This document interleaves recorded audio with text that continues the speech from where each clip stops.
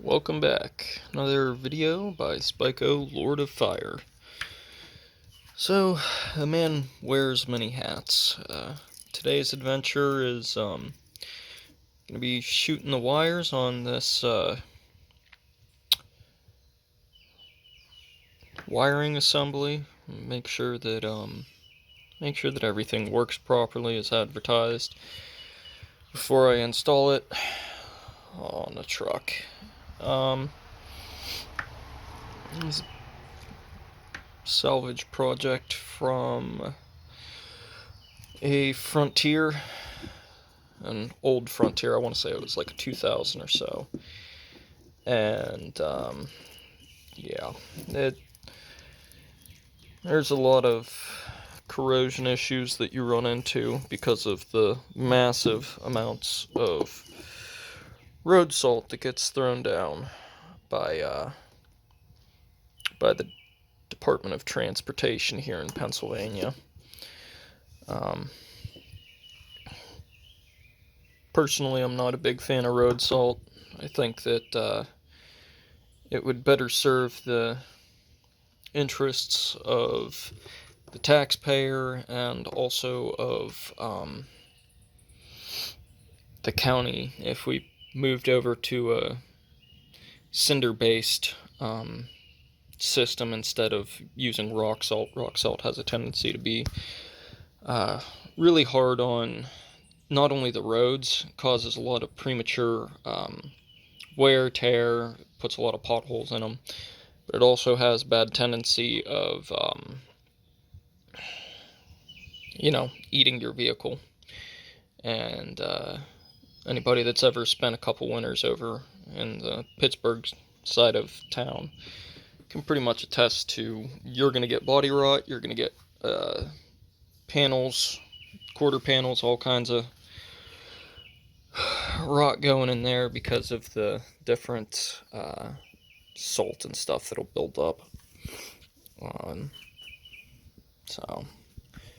And coming back to the whole environment side, it's every spring whenever it starts to rain, freshwater systems are not meant to have salt in them, and as the rainwater melts down or liquefies all that salt, it ends up getting into the local streams and rivers and ponds, and it's really bad for a lot of the wildlife that's in there, the flora and the fauna. They're freshwater fish and wildlife and habitat for a reason. It's supposed to be fresh. So yeah, that's what I got going on today. It's enough of me sitting on my soapbox. I guess it's time to get to work. What I have set up right now is the Lazy Man's test set. Off of this bundle, there is this blade adapter, and then there's also the blade adapter that goes underneath the larger Canon plug adapter. So, first thing I'm doing is checking this additional one, see how it functions. I very recently soldered on the wires for this blade adapter for the trailer.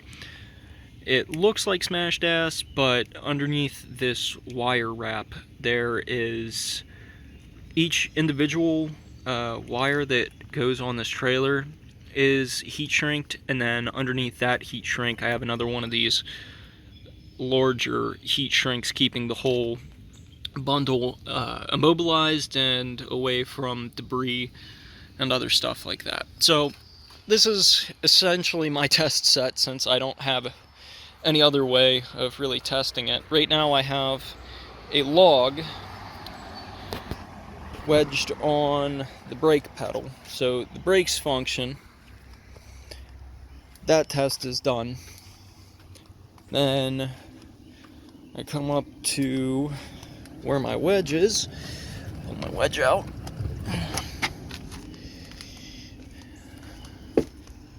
and I have the running lights on the truck, but for whatever reason the running lights aren't on the trailer. And we already know that The ground is good because the lights turn on, and we already know that everything else functions. If I turn on the four-ways here to do a function check on the lighting, I can see that, okay, so I got that's working, and then I come back here and I see that the flashers are working as well. So everything that's supposed to be working is working except for the running lights. And just me thinking out loud, I'm probably gonna say that in the wiring bundle itself, either where it goes into the back here, let's see if I can do this real quick. Oh, awesome. Love old plastic that just snaps. It's like one of my favorite things in the entire world. So underneath this cover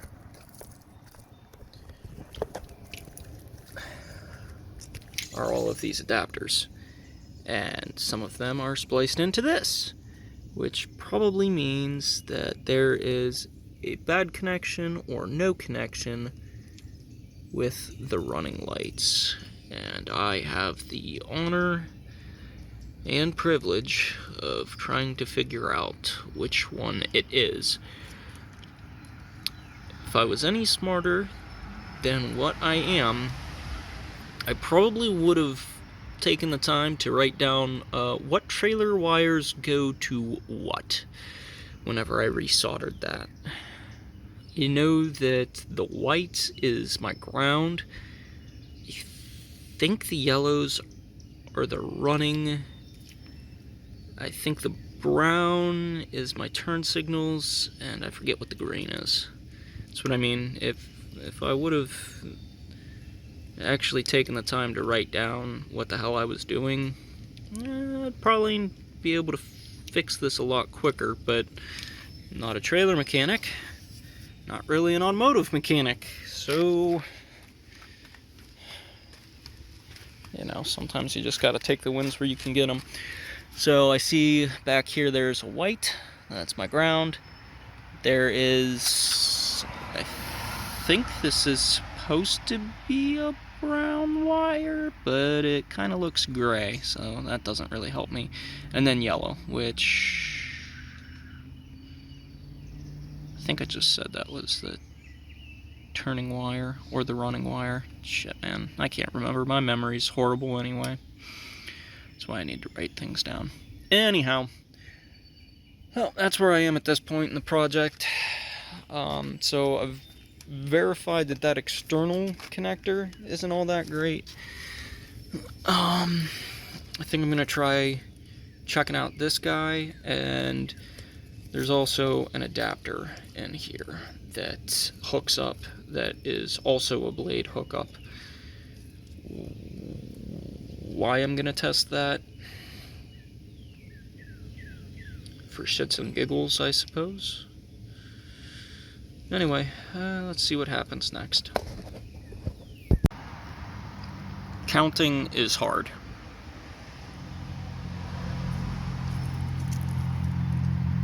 4, 5, 4, 5. Counting hard. Sometimes you can also use things that you have laying around to help you out. This is a Hopkins trailer adapter to go from this cannon plug type to the blade type. And yes, I counted much gooder this time, and I realized that there's 4 on my adapter. But the other cool thing about this trailer adapter is that there's a light, an LED, and I'm pretty sure it's right about where my thumb is, down in here. And whenever the lights are turned on, the running lights are turned on, it will illuminate. So what that tells me is that there's an issue back here with the running lights, not so much just that blade connector. So I'm gonna have to sit down and start dicking around and figuring out which one of these corroded sons of bitches is the issue. Probably that guy, but I'm not going to know for sure until I start tearing into it, which I really don't want to do. One final note before I start actually working on this, just as more of a PSA, never, ever use wire nuts whenever you're wiring for automotive or anything else. If you have the tools to use a soldering iron and put a nice union down and marry up the two wires, do that. Because that shit normally is one of the largest points of failure. Those cap screws, they invite a lot of dirt and shit and sediment that will sit in there, and it'll cause the wires to rust. Not only that, but yeah, it's one thing if you're an electrician and you're doing it on a house, because houses, as just about all of us know, they don't move. And when a house doesn't move and there's no sediment getting into the walls, the wiring nuts work great. Unfortunately, when you're rolling down the road and shit's vibrating every which way, going up, down, left, right, and you've got road salt and water and all kinds of other contaminants and stuff getting up into your electrical unions, that's a point of failure. That's normally the culprit. I'm not going to bet money on it, but I'm also not going to be surprised if I tear into it and that is the underlying cause here. So, yep, here we go again. More work. Traditionally, you want to work smarter and not harder.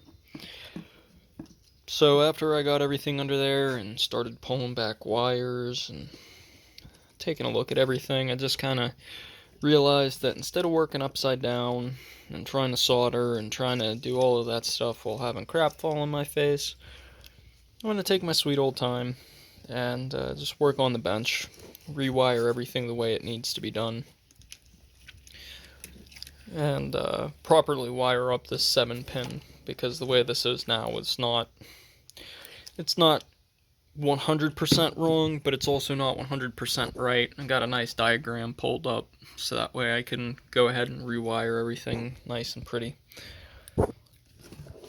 So I'm probably going to leave this adapter on here, even though, as I had shown earlier, there are other adapters, but a lot of the other adapters are like this 5-pin here, and traditionally, at least for most smaller GVW trailers, they're only looking for your 4-blade, and if you actually get into a situation where you're using a 7-pin like this, you're probably pushing the upper limits of what the truck's capable of anyway. But those Nissans, they're built. The Frontier in particular is built pretty hardy.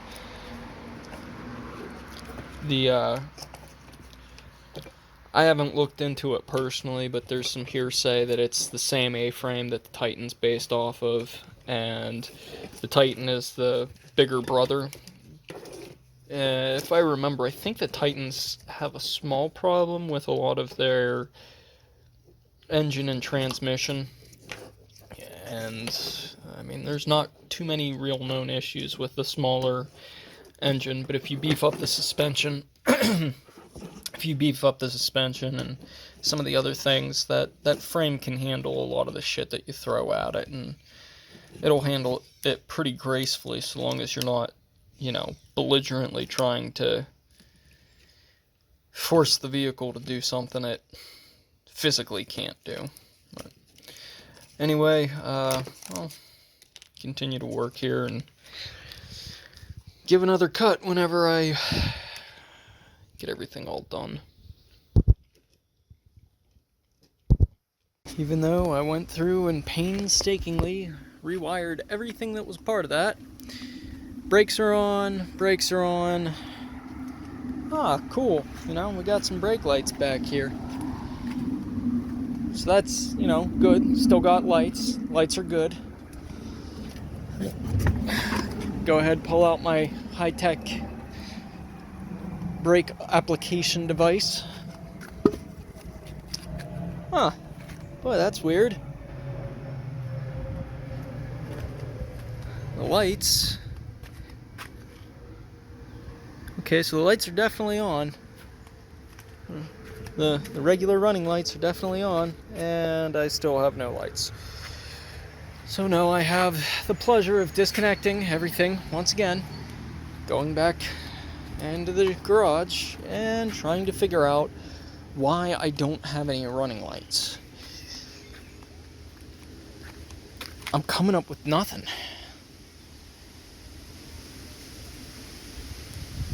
Unless the lights went bad on the trailer.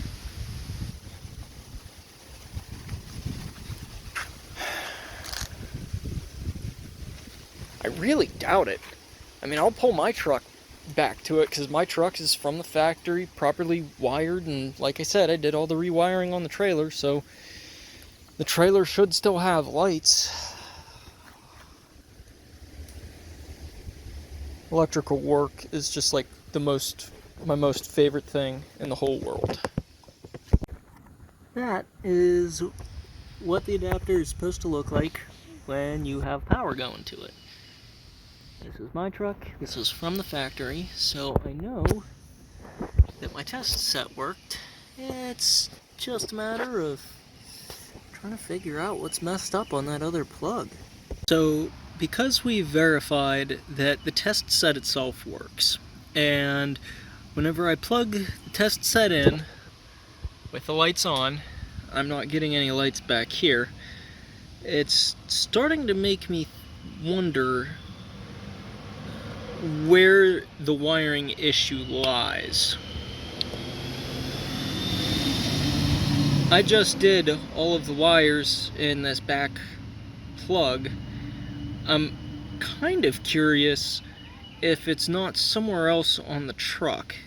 I'm gonna go ahead and pull this harness back off, double check it again, make sure I haven't missed anything obvious, and we'll go from there. In the words of G.I. Joe, knowing is half the battle. And apparently it was the half of the battle that I probably should have paid a little bit more attention to. Turns out you need this little relay guy. There's a bundle of 3 relays that go into this kick panel right up by the firewall on the passenger side.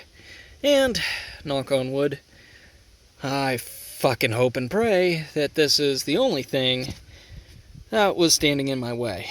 Because all of the wires work. So here goes nothing. Well, how about that shit? By the fucking power of Grayskull. Shit works, man. Oh, thank God. A little bit of robbing Peter to pay Paul, but you know what? This thing's headed to the scrapyard anyway. It works. No, I'm not gonna go crazy. Fucking sweet. So that's off of the external 4-blade that's ponied. And I'll go ahead and hook up the... Let's see, where is my adapter?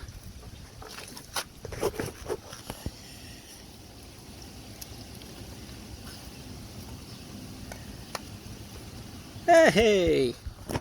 And just like that, the little LED came on. Which tells me that that connector, that cannon plug, was everything that I was missing. Well, the relay harness that goes underneath that kick panel was what I was missing, so...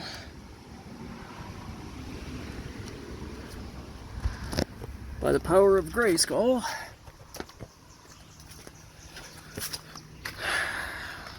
I have the power. Alright, awesome. That's enough of an adventure for one day. I'm fucking done. Thanks for tuning in.